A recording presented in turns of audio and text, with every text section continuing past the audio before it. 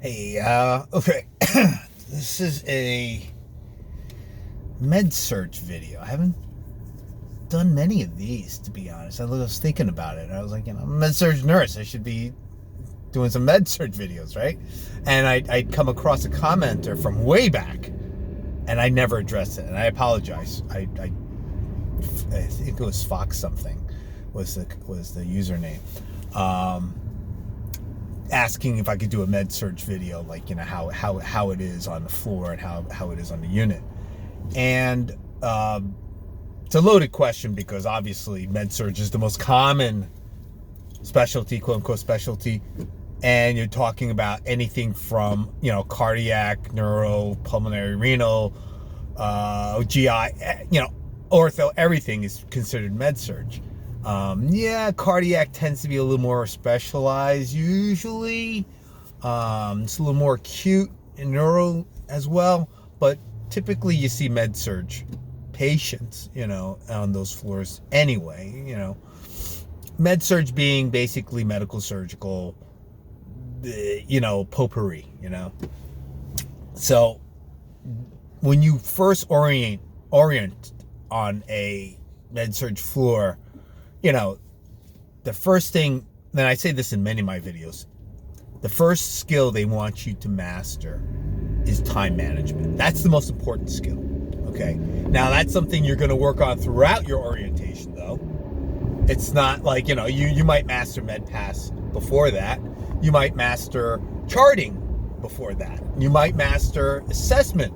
All of these things before time management. Usually time management is the last skill you master, to be honest, because we watch the newbies flounder and whatever, and we help them out. We try to help them out. Always try to help out your fellow nurse, because we've all been there in the beginning, but MedPass is something you kind of have to do on your own. We help, but you got to start mastering that.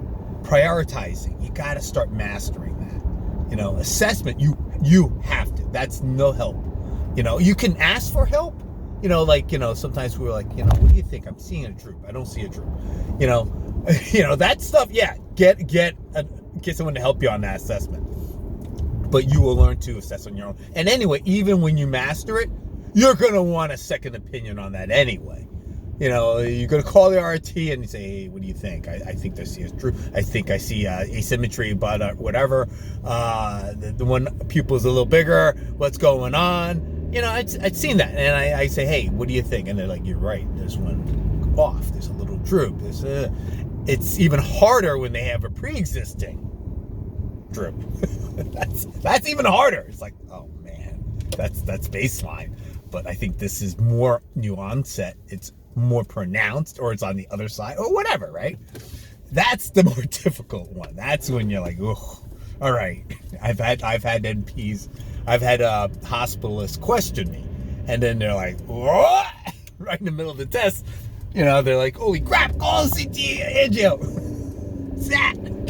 So, you got to get better at that. You say, you get that ability to sniff out what's going on, right? Little by little. It's like, was that cough? Is it a PE?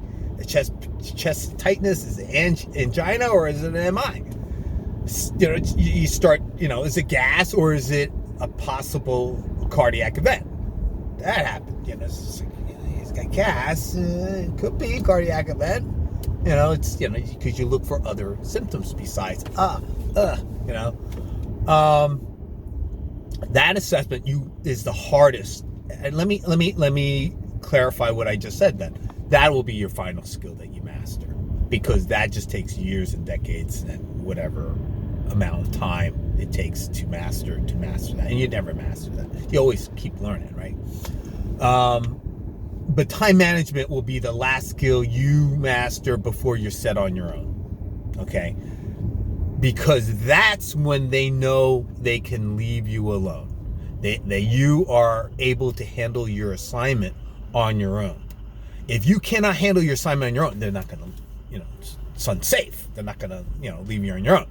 You're going to be with a preceptor. Either you wash out, or you take a little longer, or you pass. Those are the scenarios that occurs. Very rarely do you get to graduate preceptorship early. It does happen, but chances are they're going to keep you for the full time because that's usually in the budget.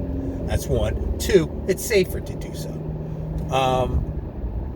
But charting, assessment, med pass, time management, managerial, because you need to manage your techs. You might have to be charged. It depends on how your unit is. Believe me, I've seen nurses become charged. Like, okay, you're not quite done with your orientation, but you're going to be charged tonight because you're the most senior. It's like, what the F? That's crazy. And I'm like, yeah, that's the way it goes. Or someone that can't be charged or whatever. There's variations, and then the youngling gets it. So be aware. These are the major skill sets that you need to master, and to go over them, I'm not sure if I want to do a video or even group them because it's so different from every specialty. Like I said, a cardiac. If I'm doing a cardiac unit, I'm looking for different things than when I'm working on neuro or when I'm working on pulmonary or renal. Renal, I'm looking more for lab values. Cardiac, you're looking at certain lab values. So it's different things.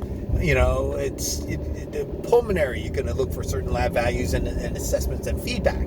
Neuro, you're going to do a lot of assessing the patient yourself and see autonomic systems and what have you are functioning or not.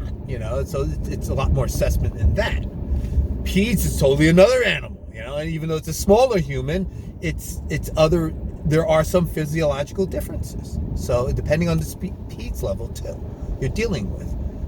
From neonates, they're not really peds. It's even a separate unit, right? So I really hesitate to zero in on everything. I'll think a little bit more on that, but I just want to do a quick intro, and we'll see how that goes. Okay, good luck.